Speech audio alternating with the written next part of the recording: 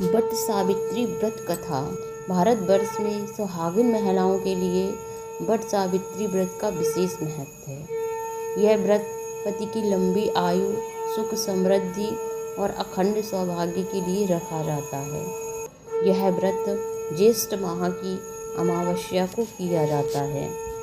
इस व्रत के पीछे एक अत्यंत पवित्र और प्रेरणादायक कथा है, सावित्री और सत्यवान की कथा। चलिए तो कथा को प्रारंभ करते हैं।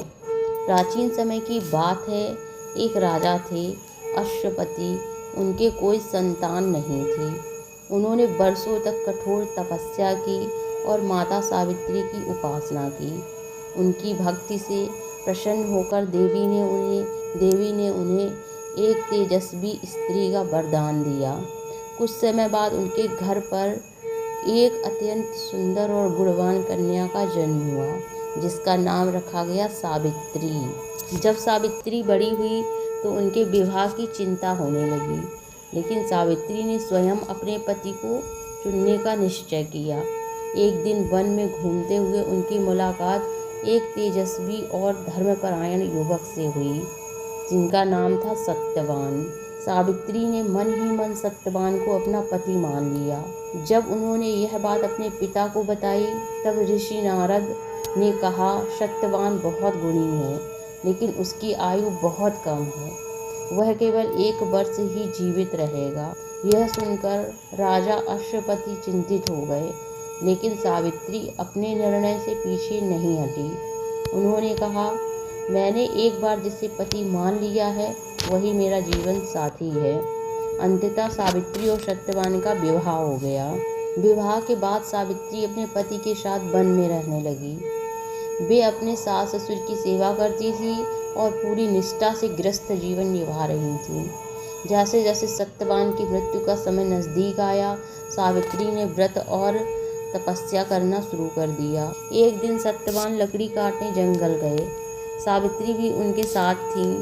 अचानक सत्यवान के सिर में तेज दर्द हुआ और वे सावित्री की गोद में ही गिर पड़े। उसी समय वहां मृत्यु के देवता यमराज प्रकट हुए। यमराज सत्यवान की आत्मा को लेकर जाने लगे। सावित्री भी यमराज के पीछे पीछे चलने लगी। यमराज ने उन्हें कई बार रोका, लेकिन सावित्री ने अपने धर्म और प्रेम और निष्ठा का तर्क देकर उनका पीछा नहीं छोड़ा। यमराज उनकी बुद्धि और पवित्रता धर्म से बहुत प्रभावित हुए। यमराज ने सावित्री से कहा, तुम मुझसे कोई भी वर मांग सकती हो, लेकिन सत्यवान का जीवन नहीं। सावित्री ने चतुराई से 3 वर मांगे। अपने ससुर की आंख की रोशनी वापस मिले, अपने ससुर का खोया हुआ राज्य वापस मिले, अपने लिए 100 पुत्रों का आशीर्वाद। यमराज ने तीनों वरदान दे दिए। जब यमराज आगे बढ़ने लगे तो सावित्री ने कहा, हे देव, आपने मुझे 100 पुत्रों का वरदान दिया है, लेकिन बिना पति के यह कैसे संभव है। यह सुनकर यमराज को अपनी भूल का एहसास हुआ। सावित्री की अटूट भक्ति, प्रेम और बुद्धिमत्ता से प्रसन्न होकर यमराज ने सत्यवान को पुनः जीवन दान दे दिया। सत्यवान जीवित हो उठे और दोनों सुखपूर्वक जीवन बिताने लगे। इस व्रत में बरगद वृक्ष की पूजा की जाती है, क्योंकि यह दीर्घायु और स्थिरता का प्रतीक है। सावित्री ने भी इसी वृक्ष के नीचे अपने पति को पुनः जीवन दिलाया था। इस व्रत का महत्व क्या है? पति की लंबी आयु के लिए, अखंड सौभाग्य, परिवार में सुख समृद्धि, संकटों से रक्षा के लिए इस व्रत को किया जाता है।